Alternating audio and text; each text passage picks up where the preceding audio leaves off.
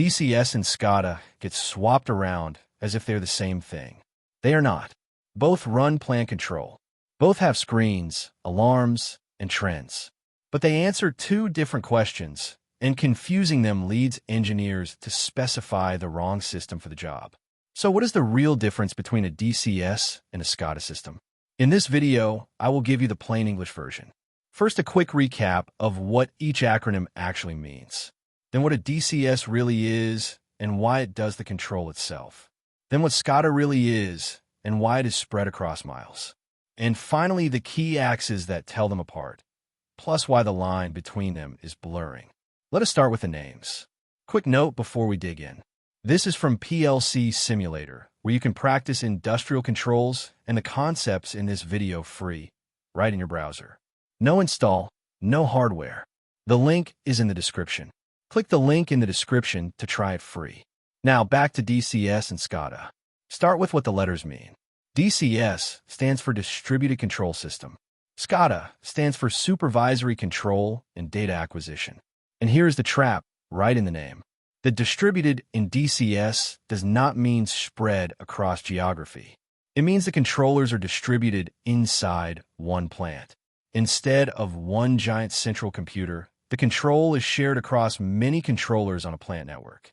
SCADA, by contrast, really is about supervising things that can be far apart. I have a full video on what SCADA is on its own and a separate PLC versus DCS comparison, both linked below. Keep those two ideas in your head. One does the control, the other supervises. Now the DCS.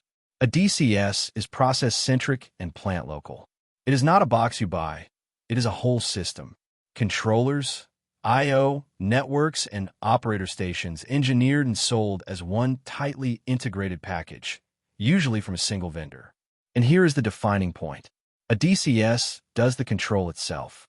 Its own controllers run the regulatory loops directly, in real time, regulating temperature, pressure, flow, and level by the hundreds. Its home is continuous process control, refining, chemicals, power generation, the kind of plant that runs for months without stopping. It all lives inside one facility, run from a central control room, with redundancy built in at every layer, so the process never trips. Think one plant, deeply integrated, doing its own control. Now SCADA. SCADA is supervisory, and it is geographically distributed. It is built to monitor and supervise assets spread across a wide area. Think a water network across a city, a pipeline running for hundreds of kilometers, or a power grid across a region. And here is the key difference from a DCS. SCADA usually does not do the fast local control itself. Out in the field sit RTUs and PLCs, remote terminal units, and programmable controllers, and those devices do the local control. SCADA supervises them. It pulls their data back over a wide area link, shows it to operators, raises alarms, and sends commands down. It is also typically multi-vendor, stitching different equipment from different makers into one view. Think many sites far apart, supervised from center. So let us line them up on the axes that actually matter. Who does the control? A DCS does the control itself. SCADA supervises field devices that do the control. Geography? A DCS is plant local, all in one facility. SCADA is wide area, spread across miles. Integration? A DCS is one integrated, single-vendor system. SCADA is looser and usually multi-vendor. Redundancy? Heavy and built-in for a DCS. More selective for SCADA. And typical industries? DCS for refining, chemical, and power. SCADA for utilities, pipelines, water, and wastewater. Now the twist. The line is blurring. Modern SCADA platforms have grown real control and analytics. Modern DCS platforms now reach across multiple sites. A big SCADA system and a wide DCS increasingly overlap.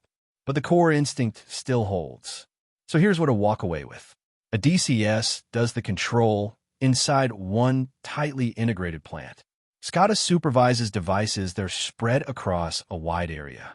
One is process-centric and plant local. The other is supervisory and geographically distributed. Get those two ideas straight, and you'll never confuse them again. Now, go make it concrete. If you want to practice industrial controls hands-on, click the link in the description to start free at plcsimulationsoftware.com. No hardware, no install. Subscribe, new video every Tuesday. See you in the next one.